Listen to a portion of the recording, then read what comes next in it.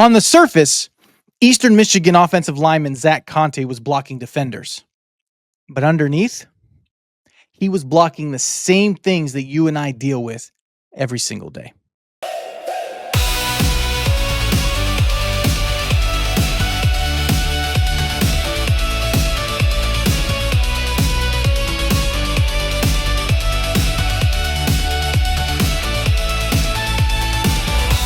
Zach Conte was a walk-on offensive lineman at Eastern Michigan University, working multiple jobs just to get by.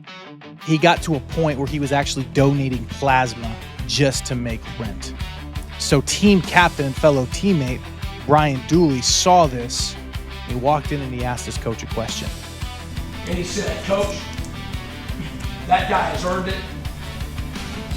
And I've talked this over with my family and the whole bit. And if there's a way to make this happen, I am willing to give up my scholarship and to give it to Zach Conte." And the coach made it happen in front of the entire team. And when Brian walked up to Zach and handed him his scholarship, he said 3 words to him. "Love you, brother." You see, love doesn't always show up clean and convenient.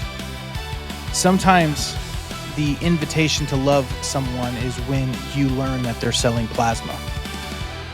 Sometimes the invitation to love someone looks like giving up your scholarship. And at first, your reaction is going to be, "This is nuts.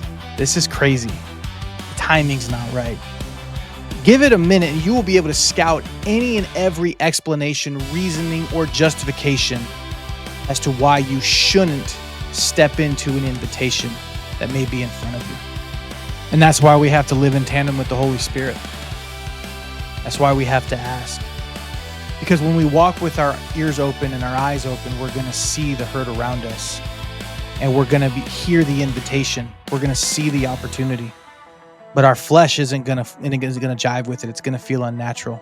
That's why we have to ask. When we see those moments, we have to ask, "Jesus, is this one of those moments you're inviting me into? Is this one of those invitations?"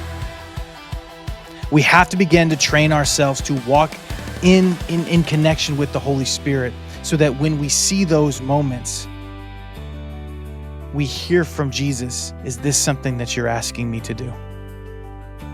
And it's not like you gain Jesus' approval if you nail it, and it's not like you lose his favor if you don't.